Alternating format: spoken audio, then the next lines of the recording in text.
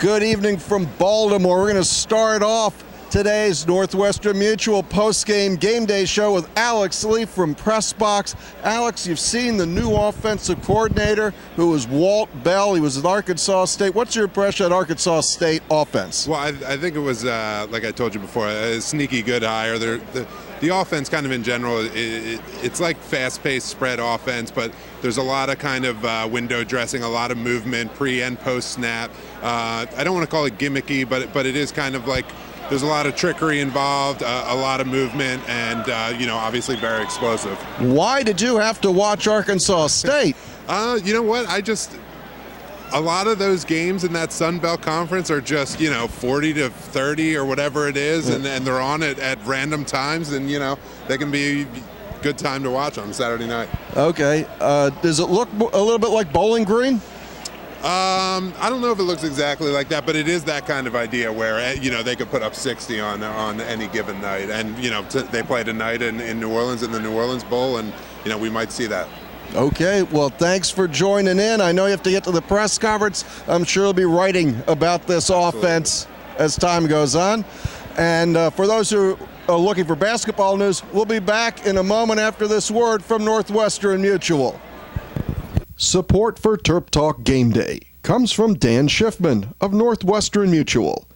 Team up with the right financial partner to advise you on your personal and financial plans. You and Northwestern Mutual, stronger together. You can reach Dan at 301-698-8955 or on the web at www.danschiffman.com. That's DANSCHIFFMAN, danschiffman.com, and 301-698-8955.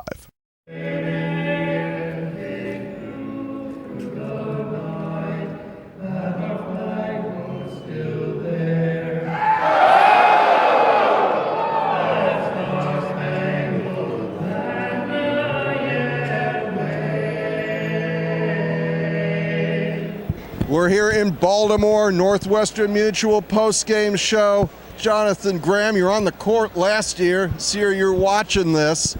What's your impression of how Maryland did Baltimore tonight?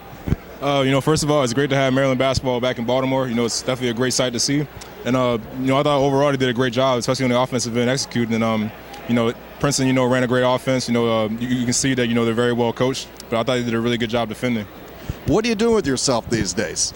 Just staying in shape and everything, keeping the basketball dream alive. Hopefully, one day I'm coming back to Maryland. Hopefully, do some work in the athletics department. Things of that nature. Absolutely, we loved the effort last year. Who do you think took on your role as the absolute effort guy for the Terps so far? I think as far as that, I think DeMonte Dye's trying to fit himself into that role. I see a lot of it. He's again, he's a great defender. Obviously a great shot blocker. He runs the floor very well. Super athletic. So if I would say anything, I think he'd be the closest thing to what my role was last year.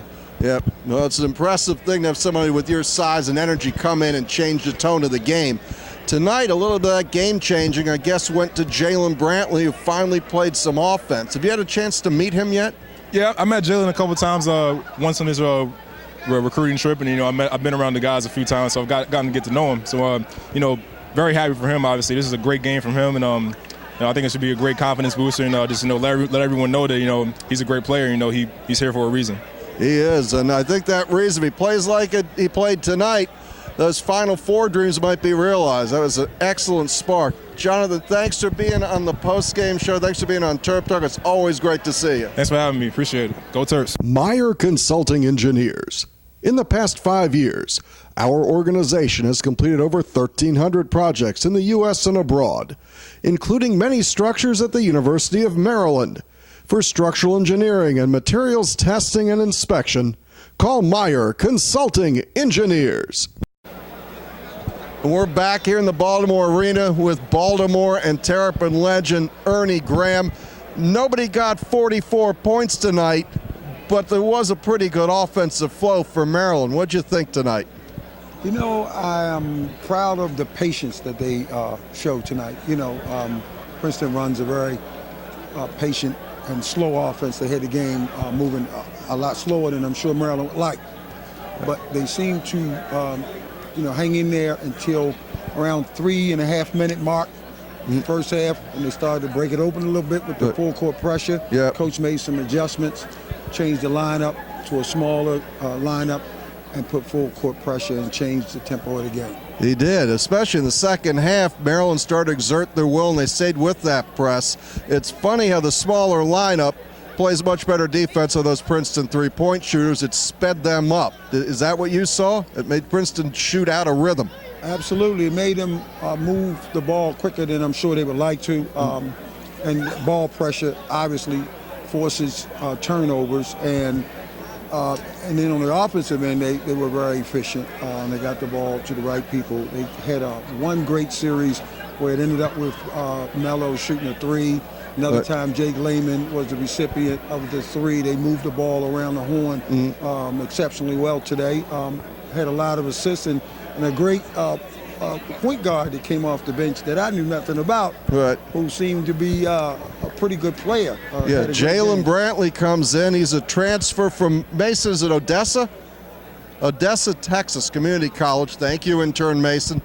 To me, he's the difference between getting your Final Four dreams to come true and not, because you need one more guy. It's not enough to have just Mello and Suleiman. You need one more real guard. Yes, obviously last year, the West Virginia game, Mello gets injured, and we fall way off because we don't have a reserve point guard to take over the responsibilities. So this was a great addition to an already great team that would need a player like that. Not in the case of injuries, but fouls, fatigue, pressure, a lot of things that the tournament brings that you don't see during the regular season. Right. Now, did you play with Dutch Morley and Reggie Jackson? Yes, I did. So you had 2 point guards, one a Philly guy. Where was Dutch from? Dutch is from DeMatha, right in the area. And Greg Manning could play a little bit of point. I played point guard a couple games. We had a lot of versatile guys that played different positions. And unlike this team, we had it seemed to be a little more size than this team, but this team can put a big team on the floor at times. They can. The thing is, it seems like it's 3 centers at one time. They're not positionally balanced. They got a low overload in one area, and then until tonight, just didn't have enough guards. But it's balancing out as we go along. It is. Because of the size, you lose a little speed on the defensive end of the basketball court. And sometimes that pressure against 4 guards and with the 3-point shooters that they have, and they'll take that 3-point shot. It's hard to close out on those guys, and with the length that we have, we took advantage on the other end, which was we punched the ball inside. Stone had a great game. Lehman played pretty good. Carter Jr. played great. So we got some good post-up guys who can get their own shots. That's true. That's great. Now, early in the game, when we were off balance, they inverted us. Because of the way they were moving the ball, we had 3 bigs outside. Suleiman's rebounding inside because Princeton was playing against our strength and stretching us out. And as you said, that's sort of where this story started. Maryland changes that floor balance, and Princeton had no chance after that. We just have so many different groups of guys that they can play. Maryland obviously can play 4 smaller guys as well, and Carter Jr. can play the center. I think we have 2 big 7-foot guys. We got 2 very good power forwards in Stone and Carter Jr.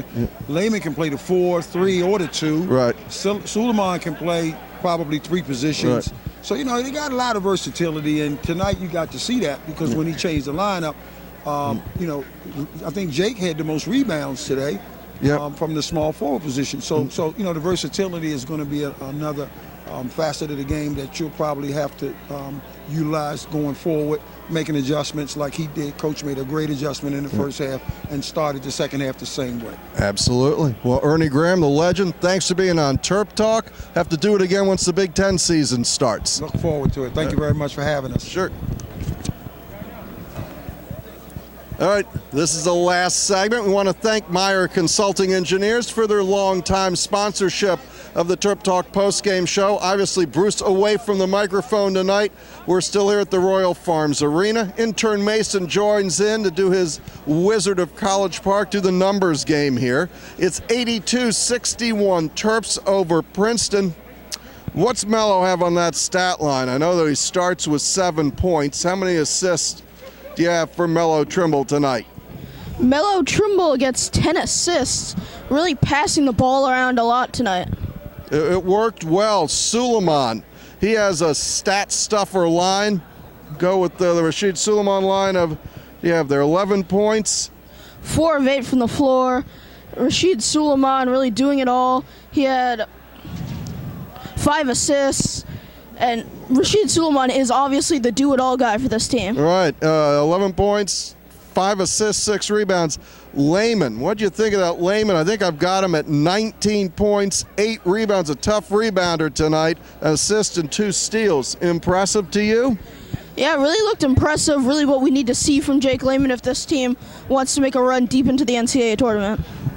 Carter has got the 12, and how many rebounds does Carter have? Robert Carter had... Is that 4? 4 rebounds. 4 total.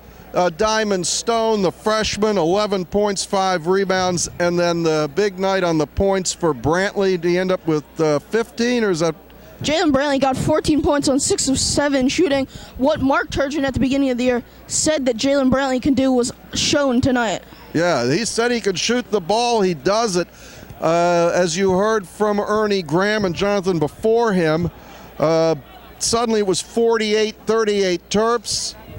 They won the first 4 minutes of the second half, starting to get inside hoops. The press slows Princeton down, and Maryland stretches a lead out to 15 or 16 around the 8-minute mark to go, and then they coast in 82-61 Terps. Are you impressed with the crowd here in Baltimore tonight? This arena got really loud. Jalen Brantley really had the fans going here, and a really impressive crowd of 11,075. Good. And the other big news to recap, who ends up being the offensive coordinator? Is it Walt Bell? Walt Bell, really good offense. Yeah, now what was the story you were telling me about the quarterback? He had 6 touchdowns before Walt Bell became the offensive coordinator, and now he, in the past 2 seasons, has thrown for 41 touchdowns and only 12 interceptions. It's good stuff. Boy, the football, it's getting to be a big deal. I love that part. Washington Post story says that Mike Loxley's been offered a job on the staff. We'll see what happens with that. All the beat reporters say that's not going to happen, but as always, we'll see. This has been the Northwestern Mutual Postgame Show. I'm Wayne Viener. That's Intern Mason. Thanks to Jonathan Grahm, Baltimore legend Ernie Graham, Pressbox's Alex Lee, all for joining us this evening.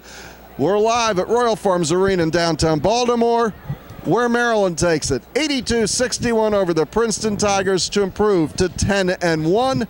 We'll see you or talk to you on Terp Talk Wednesday night on 1300 CBS Sports Radio.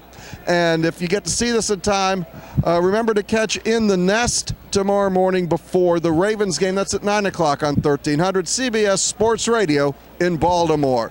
Good evening. We hit Terminus!